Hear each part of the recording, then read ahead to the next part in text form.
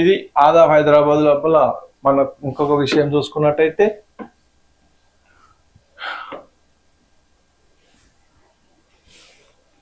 ఇక్కడ అదే ఇచ్చారు చూడండి. 8 పేజీలు ఇప్పటికి ఇచ్చిందే 8వ పేజీలు ఇచ్చినట.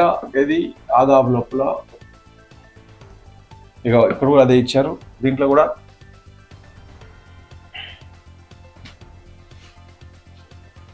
మొత్తం ఏదైనా సరే ఇక్కడ మొత్తం భూమి సెటిల్మెంట్ భూభాగ చట్టం ద్వారా జరుగుతుందని చెప్పేసి చెప్తున్నారు. Wait and see.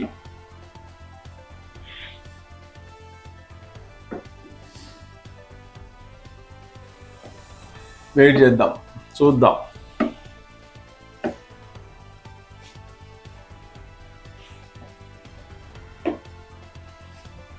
ఇక్కడ మనకు ఒక ఆసక్తికరమైనటువంటి విషయము తెలుస్తుంది. మిస్ వరల్డ్ పోటీలకైన ఖర్చు 30 కోట్లే అంట. ఓన్లీ 30 కోట్ల మాత్రమే అయిందంట ఖర్చు. మంత్రులు చెప్తున్నారు 31 కోట్ల స్పాన్సర్స్ ద్వారా వచ్చినాయంట. 200 కోట్లు ఎక్కడ ఖర్చు అయ్యాయో బీఆర్ఎస్ నేతలు చెప్పాలి. దీనిపై చర్చకు ఇద్దామా అని మంత్రి జూపల్లి సవాల్. మిస్ ఇంగ్లాండ్ మిల్లీ మ్యాగ్ ఆరోపణలో వాస్తవం లేదు. దీనిపై ప్రతిపక్షాల అభూత కల్పనల అవాస్తవాలు ప్రచారం చేస్తున్నాయంటే మీడియా సమావేశంలో జూపల్లి వెల్లడించారు. 8వ పేజీ ఉందంట. ఇది చూద్దాం. సో ఇగో మిస్ వరల్డ్ పోటీలకు అయిన ఖర్చు 30 కోట్లే. మిస్ వరల్డ్ పోటీల ఖర్చు నిర్వహణ సుమారు 30 కోట్ల ఖర్చు అయిందని, వాటి ద్వారా తెలంగాణ గొప్పతనాన్ని ప్రపంచానికి చాటి చెప్పమని పర్యాటక సంస్కృతి శాఖ మంత్రి జూపల్లి కృష్ణారావు అన్నారు. మంగళవారం డాక్టర్ బిఆర్ అంబేద్కర్ సచివాలయంలో రవాణా శాఖ మంత్రి పొన్నం ప్రభాకర్తో కలిపి మంత్రి జూపల్లి మీడియాతో మాట్లాడారు. హైదరాబాద్ వేదికగా తెలంగాణ పర్యాటక ప్రమోషన్ సంప్రదాయాలు ప్రతిబింబించడమే లక్ష్యంగా నిర్వహించిన మిస్ వరల్డ్ 2025 పోటీలు విజయవంతం అయ్యాయని, మిస్ వరల్డ్ ఈవెంట్ను అపూర్వ విజయంగా నిలిపిన ప్రతి ఒక్కరికి పేరు పేరున మంత్రి ఉదయపూర్వక కృతజ్ఞతలు తెలియజేయడం జరిగింది. పర్యాటకం, హస్తకళ, చేనేత ఉత్పత్తులకు మంచి ప్రమోషన్ వచ్చిందని, మన సంస్కృతి సంప్రదాయాల ఆహారపు అలవాటు ప్రపంచానికి పరిచయం చేశామని, ఈ వేడుకల నిర్వహణకు ఆతిథ్యం పట్ల కంటెస్టెంట్లు, మిస్ వరల్డ్ సంస్థ ప్రతినిధులు, మీడియా ప్రతినిధులు సైతం ఆనందం వ్యక్తం చేశారని, మిస్ వరల్డ్ పోటీలపై నిర్వహణపై రాష్ట్ర ప్రభుత్వానికి ప్రతిపక్షాలు అభినందించాల్సి పోయి విమర్శలు చేస్తున్నారని మండిపడ్డారు. మిస్ వరల్డ్ పోటీల ఖర్చు 30 కోట్లేనని, స్పాన్సర్స్ ద్వారా 21 కోట్లు వచ్చాయని, రాష్ట్ర ప్రభుత్వానికి అయిన ఖర్చు 9 కోట్లేనని స్పష్టం చేశారు. మరో 10 మంది నుంచి 11 కోట్ల ఆదాయంపై ఒప్పందాలు ఉన్నాయని వివరించారు. ఈ పోటీపై కొంత తప్పుడు ప్రచారం చేశారని, గొప్పగా ఈ కార్యక్రమం నిర్వహిస్తే పలుచన చేశారని వ్యక్తం చేశారు. విపక్షాల విమర్శలు చూసి నవ్వాలో ఏడవాలో అర్థం కావట్లేదన్నారు. మిస్ వరల్డ్ పోటీలకు 200 కోట్లు ఖర్చు ఎక్కడ చెప్పాలని మాజీ మంత్రులు హరీష్, కేటీఆర్ కు సవాల్ విసిరారు. తెలంగాణ భవన్ కు రావాలా, ఆవిర్ చౌరస్తాకు రావాలా, 200 కోట్లు ఖర్చు అయినట్లు నిరూపించుకుంటే మేము రాయాలి అని మంత్రి డిమాండ్ చేశారు.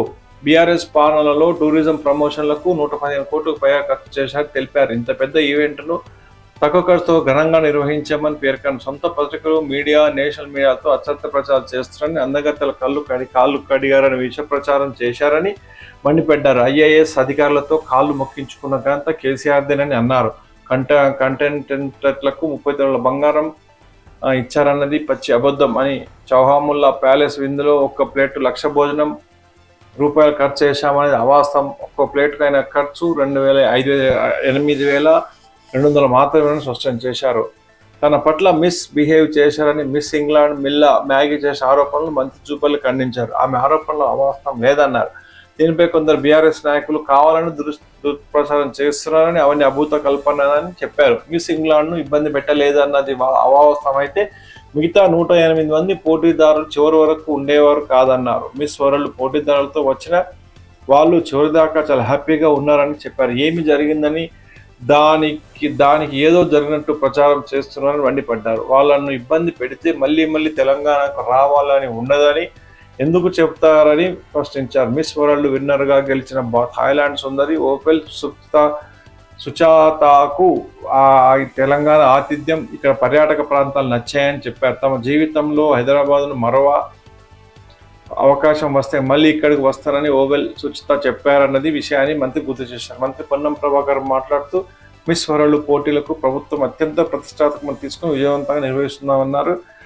దీన్ని చూసి ప్రతిపక్షాలు ఓరలేకపోతున్నాయని మండిపడ్డారు. ప్రజల దృష్టి మరల్చేందుకు అనవసర అభయాలు తలవెత్తాయని ఆగ్రహం వ్యక్తం చేశారు. రాజకీయ అగ్ని కోసం చేసి అసత్యాలను ప్రచారం చేయడం తగదన్నారు. ఈ కార్యక్రమంలో నాగర్ కర్నూలు ఎమ్మెల్యే రాజేష్ రెడ్డి, పర్యాటక శాఖ director Hanumanthu Jandage, state art gallery director K Lakshmi పాల్గొన్నారు. ఇది మిస్ వరల్డ్కి సంబంధించినటువంటి విషయము. మేము ఎక్కడ కూడా ఖర్చు చేయలేదు అని చెప్పారు. ఇక్కడ ఇచ్చినటువంటి లైసెన్స్ ఫీ 5,000 కోట్లు, 5 కోట్లు, తర్వాత టోటల్ ఆర్డర్ రేటింగ్ 25 కోట్లు, ఎక్స్పెన్సెస్ మొత్తం కలిపి అంటే 30 కోట్లు టోటల్గా. అంటే డిస్క్రిప్షన్ లోపల ఇచ్చినటువంటిది ఏంటంటే మైలేజ్కి 5 కోట్లు అంట, ఆరో రాయల్టీకి 5 కోట్లు, ఎంఎస్ఎన్కు 303 కోట్లు, ఓకే, హ్యాండర్ హోమ్కు 200 కోట్లు. డిస్క్రిప్షన్ ఇప్పుడు జరిపింది. ఓకే,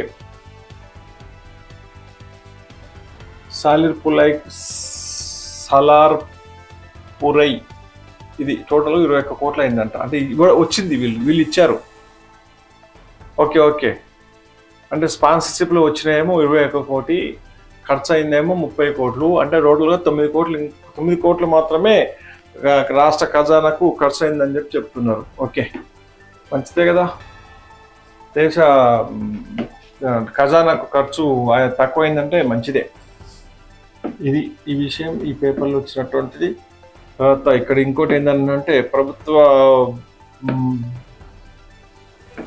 ప్రైవేట్ వ్యక్తుల చేతిలో ప్రభుత్వ భూమి ఉందంట. అది ఒకసారి చూద్దాం. అడ్డాగా మారిన చీఫ్ శ్రీనివాస్ ప్లానర్.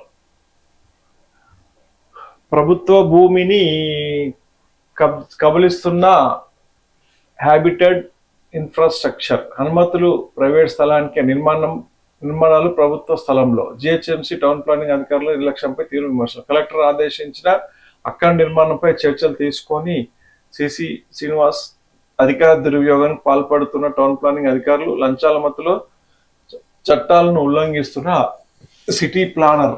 ఓకే, ఇది ఇగో చూద్దాం. వడ్డించేవాడు మానవుడైతే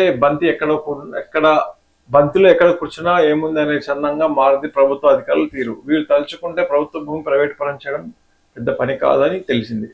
నగరం నడిబొడ్డు నుంచి డిమాండ్ ఉన్న ఏరియాలలో ప్రభుత్వ భూమిపై కన్నేశారు కొందరు అక్రమార్కులు. అనుమతులు లేని ఒక సర్వే నెంబర్ తీసుకుని ప్రభుత్వ స్థలంలో నిర్మాణాలు చేపట్టారు. ఈ వ్యవహారానికి కొందరు అధికారులు సహకరించి శోచనీయం. ఇది ఈ విధంగా ప్రభుత్వ భూమిని ప్రైవేట్ చేతి లోపలికి తీసుకున్నారట.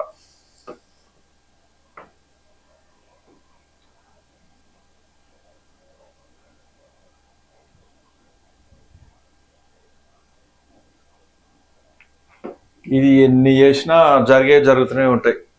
దాన్ని మనం ఏం చేయనికే కాదు. ఆదాం హైదరాబాద్ అయిపోయింది. తర్వాత ఓకే, ఇక్కడ ఒక విషయం మనము చూడాలి. నరేందర్ సరెండర్ ఇది అన్నది ఎవరో కాదు, మన దేశ ప్రతిపక్ష నేత అయినటువంటి రాహుల్ గాంధీ గారు.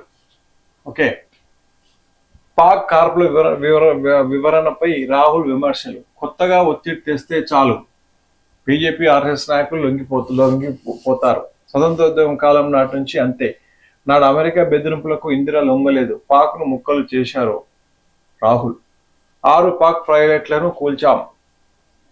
ఒక C-130 నిఘా విమానాలు కూడా, 30కి పైగా క్షిపణులు గాల్లోకి ధ్వంసం, పెద్ద సంఖ్యలో డ్రోన్లు కూల్చివేత. ఆపరేషన్ సింధూర్ డాటా పైన రక్షణ శాఖ ఇండియా టుడే కథనం.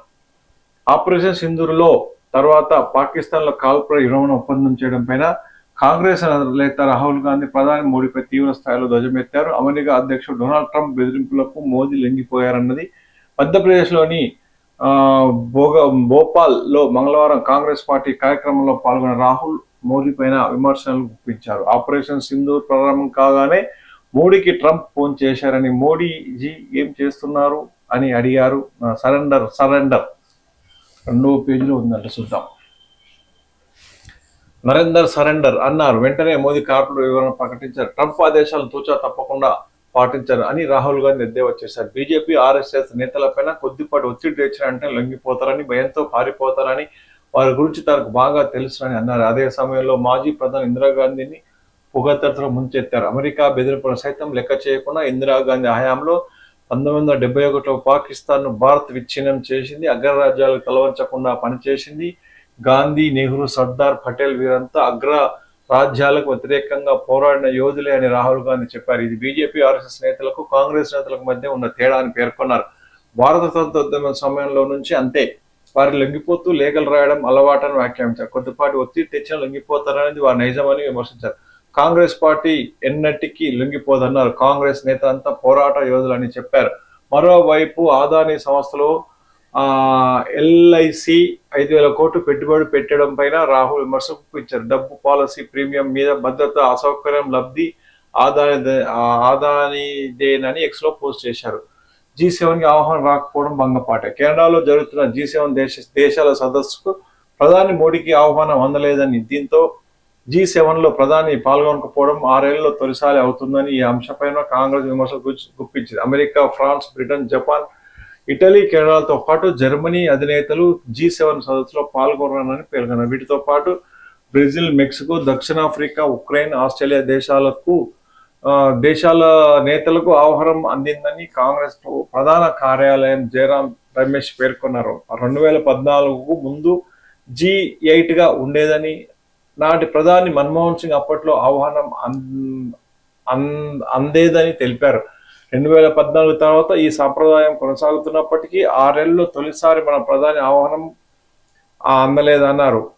అలా ఎలా చూసినా దౌత్యపరంగా భంగపాటుని చెప్పారు. అయితే G7 సదస్సుకు ఆహ్వానం అందిన ప్రస్తుత పరిస్థితుల్లో ప్రధానమంత్రి మోడీ హాజరయ్యే అవకాశం లేదని సన్నిహిత వర్గాలు పేర్కొంటున్నారు. ప్రస్తుతం కెనడాలో నెలకొన్న పరిస్థితుల నేపథ్యంలో మోడీ అక్కడికి వెళ్ళకపోవచ్చు అనే వాదన ఉంది.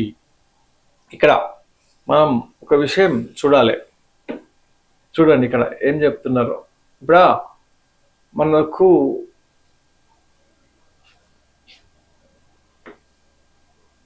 మోడీ సరెండర్ అయ్యాడు, యుద్ధం ఎందుకు ఆపాల్సి వచ్చింది, యుద్ధం మొత్తం మనకు పాకిస్తాన్ తోటి యుద్ధం ఆగిపోయింది, మోడీ సరెండర్ అయ్యాడని చెప్తున్నారు.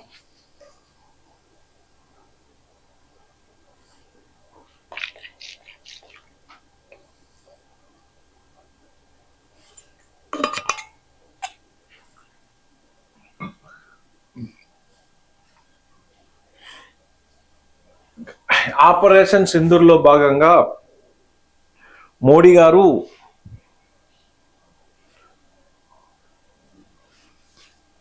యుద్ధం చేస్తూ మధ్యలో ఆపేశారు అని రాహుల్ గాంధీ ప్రతిపక్ష నేతలు చెప్పారు. దానికి సంబంధించిన విషయము పార్లమెంట్ లోపల ఆపరేషన్ సింధూర్కు సంబంధించిన లాభ నష్టాలు మీరు చెప్పాలి. మన దేశం నుంచి మన దేశం ఎంత కోల్పోయినాం, మన భారత దేశం ఎంత కోల్పోయింది, ఎంత నష్టం వచ్చింది యుద్ధం వల్ల, పాకిస్తాన్ ఎంత నష్టం చేసినామని చెప్పేసి పార్లమెంటు సమావేశాలు పెట్టి పార్లమెంట్ సమావేశాలు నిర్వహించేసి చెప్పాలని చెప్పేసి రాహుల్ గాంధీ చెప్తున్నటువంటి విషయం అనమాట. అయితే ఇక్కడ చూడండి ఏం చెప్తున్నాడు, చెప్పిన దానికన్నా ఎక్కువే. 11 పాకిస్తాన్ ఎయిర్ బేస్ ధ్వంసం చేశామన్న భారత రక్షణ శాఖ. ఆ జాబితాలో లేని 8 చోట్ల భారత్ దాడి చేసిందన్న పాకిస్తాన్. సరిహద్దు వెంట 700 కిలోమీటర్ల లోపల కూడా టార్గెట్ చేసినట్టు ఆరోపణ. ఆపరేషన్ సింధూర్లో భాగంగా భారత్ చేసిన దాడులు పాకిస్తాన్ తీవ్ర విధ్వంసం సృష్టించాయా? మన ప్రభుత్వం అధికారికంగా వెల్లడించిన దానికంటే కూడా ఎక్కువ ప్రాంతాలను వాయుసేన ధ్వంసం చేసిందా? పాక్ తనకు భారీ నష్టం జరిగిందన్న స్వయంగా ప్రకటించిన ఏమిటి? నిజంగా భారీ నష్టం జరిగిందా? దాని వెనుక భారత్ను బదనాం చేసే కుట్ర ఉందా? భారత ఆపరేషన్ కు ప్రతిగా చేపట్టిన ఆపరేషన్ బనియన్ ఉన్మార్స్ కు సంబంధించి పాక్ విడుదల చేసిన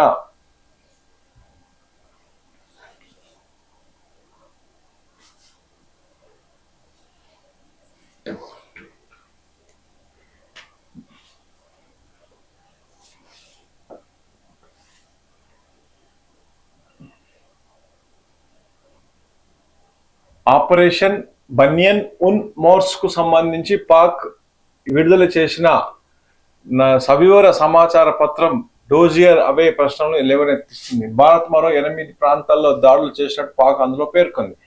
డోజియర్ లో మ్యాప్ తో సహా పహల్గాం దాడి నేపథ్యం లోపల ఆపరేషన్ సింధూర్ చేపట్టిన భారత్ మే 7న అర్ధరాత్రి పాక్ పిఓకేలోని 9 ఉగ్రవాద స్థావరాలపై దాడి చేసిన విషయం తెలిసిందే.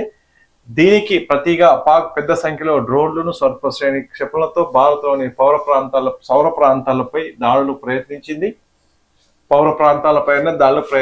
వీటిని అడ్డుకొని పాక్ను నిర్వహించేందుకు మన వాయుసేన 10వ తేదీన అంటే మే 10వ తేదీన భారీ ఎత్తున దాడులకు దిగింది. పాక్ లోని 11 ఎయిర్ బేస్లు, వ్యూహాత్మక స్థావరాలు, నూర్ఖాన్ బేస్, రఫీల్, మురిద్, సుక్కర్, సియోల్కోట్, ముర్సర్, చునియన్, సర్గోదా, తర్వాత స్కరు, బొలారి, జకోబాబాద్లో క్షిపణి విధ్వంసం చేశామని ప్రకటించింది. వీటికి ఆధారాలను కూడా చూపించింది. అయితే పాక్ అందులో 3 ఎయిర్ బేస్లు మురిద్, రఫ్బీ, ముర్సల్తో పాటు బెలూచిస్తాన్ ప్రాంతంలోని సమూర్గి ఎయిర్ బేస్ల పైన మాత్రమే భారత్ దాడి చేసినట్టు డీజర్ లో పేర్కొంది. అంటే వీటితో పాటు మరో 8 ప్రాంతాలు పెషావర్, జింగు, సింధు రాష్ట్రంలో హైదరాబాద్, పంజాబ్ రాష్ట్రంలోని గుజ్రన్వాలాలోని బావల్ నగర్, అల్టోక్, చోరులోను భారత్ దాడులు జరిగాయని చెబుతూ ఆ ప్రాంతాల మ్యాప్లను కూడా పెట్టింది. అయితే భారతదేశం మేము ఒక రకంగా ఒక్కొక్క దగ్గర మేము చేసినామంటుంది. అది అలా కాదు, మాకు అక్కడ చేయలేదు, వేరే దగ్గర చేసినది పాకిస్తాన్ చెప్తుంది అనమాట ఇది. అయితే భారత్ దాడి చేసిన చెప్పిన ప్రాంతాల కన్నా కూడా ఈ ప్రాంతాల్లో కొన్ని పాక్ భూభాగాలు మరింత లోపల ఉండడం గమనార్హం. అయితే భారత్ వాస్తవంగా దాడి చేసిన కొన్ని ఎయిర్ బేస్ వివరాలు దాచిపెట్టడం, ఎక్కడో దూరంగా ఉన్న ప్రాంతాలను పేర్కొనడంపై సందేహాలు వస్తున్నాయని రక్షణ నిపుణులు పేర్కొన్నారు. భారతదేశం బదనాం చేసే కుట్ర. వాస్తవానికి భారత్ చెప్పిన దానికంటే ఎక్కువ చోట్ల